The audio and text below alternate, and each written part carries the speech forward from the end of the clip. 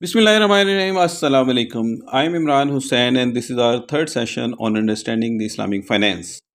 In this session, we are going to discuss Islamic jurisprudence and uses of its various principles in different eras of economic development, banking, and setting the basis of modern Islamic finance. Muslim scholars outline the principles of Islamic jurisprudence, and the judges use the principles of talfiq, that is, patching, that is, to choose an interpretation from schools of different jurisprudence other than their own if it seemed to be fit in a particular circumstances of the case.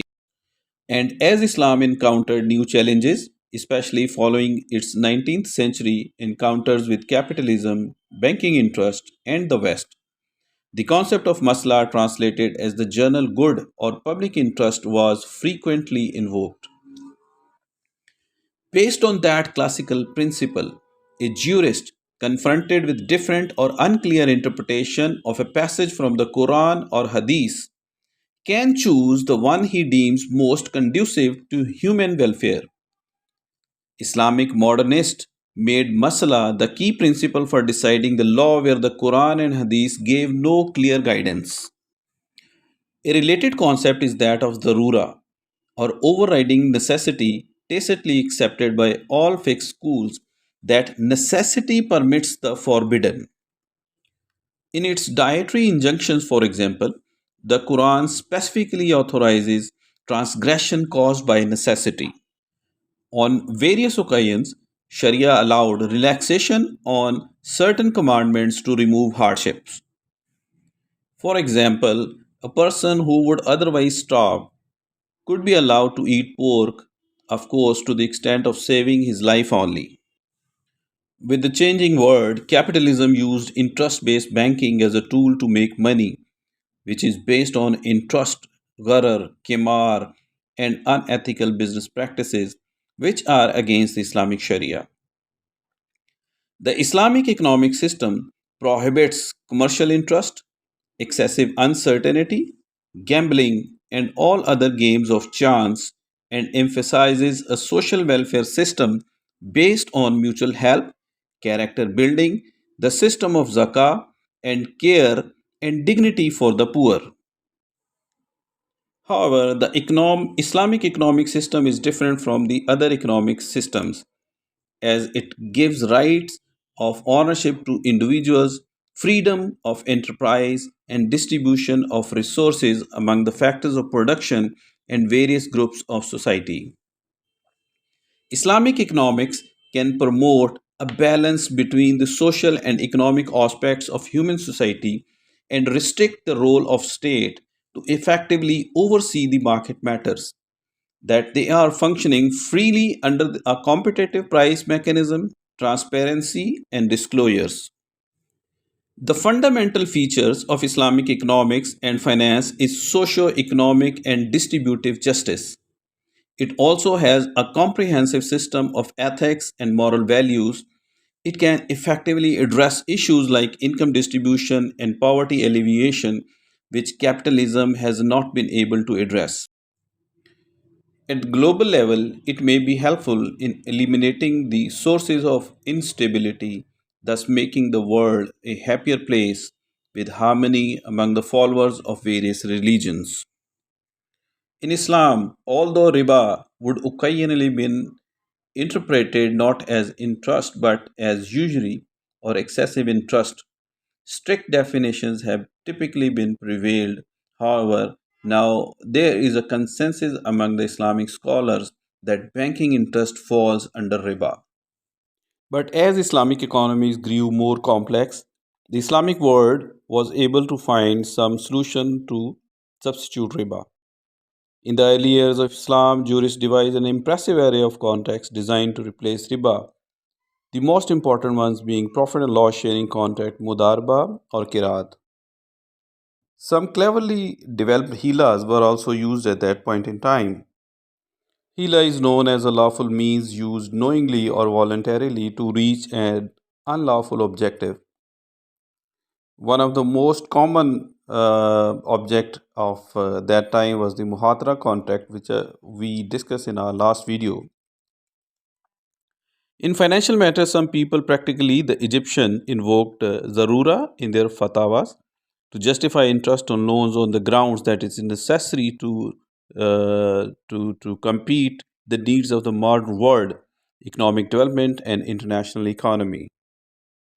But majority of the Muslim scholars did not agree with the early Egyptian fatwas on interest. They condemned and rejected this point of view on the basis of existence of clear-cut commandments in Quran and the Sunnah. Despite their superficial resemblance between profit and riba, the Quran states that profits from commerce are fundamentally different from profits from money lending. Muslims have traditionally looked favorably at commerce while being suspicious towards finance. Islam accepts the right of capital to enjoy a just return with the condition that it also bears the liability or risk of any loss. Any entitlement to profit or return comes from value addition and bearing the business risk, the nature of which will be different in different business contracts and transactions based on partnership, like trading and leasing. The main principle governing permission to trade exchange is subject to fulfillment of the certain rules and prohibition of riba, game of chance, gambling, and other illegal activities. The contracts must be legal, and all the gains and receipts in exchange transactions must be accompanied by any consideration stipulated with free will and mutual consent of the parties. In all the business and financial transactions, the contracts are very important in Islam. The contracts covering various transactions have been classified as commutative and non-commutative, means akude muawza and akude ghair muawza. You can say the compensatory and non-compensatory contracts. While the profit or return is valid only in case of commutative or compensatory contracts, like the contract of sale, purchase, and contract of lease or other business or commercial contracts. No return can be taken in respect of the non competitive or non compensatory contracts, as in the case of gifts, guarantees, and the loans, as loaning, guaranteeing, or gifting are considered by Islamic Sharia as gratuitous acts. The conventional banking captured every economy, including the economies of Muslim countries. It was accepted as a necessary evil, as development of any economy is not possible without a solid banking system. But riba and Islamically prohibited activities are not acceptable to practicing Muslims. Therefore, the Islamic world decided to work towards finding an Islamically acceptable alternative in commerce and trade, including the banking, instead of involving and practicing the conventional banking and riba. In 1976, the first Islamic conference on Islamic economics was held in Mecca. For the first time in Islamic history, a high level conference dealt exclusively with the economic matters. Concrete steps were taken to survey the field of interest free banking and to promote Islamic economies as an academic discipline. Starting from Pakistan in 1977, a growing number of countries sought to Islamicize their economic systems.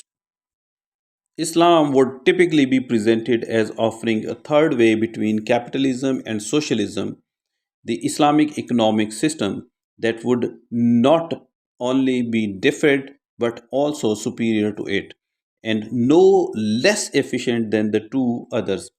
So I think from here it starts the basis of the modern Islamic banking and finance globally. We finish here our third session here, and inshallah we'll continue it in the discussion on Islamic banking and finance in our next lecture. So stay connected. Thank you very much. Allah Hafiz.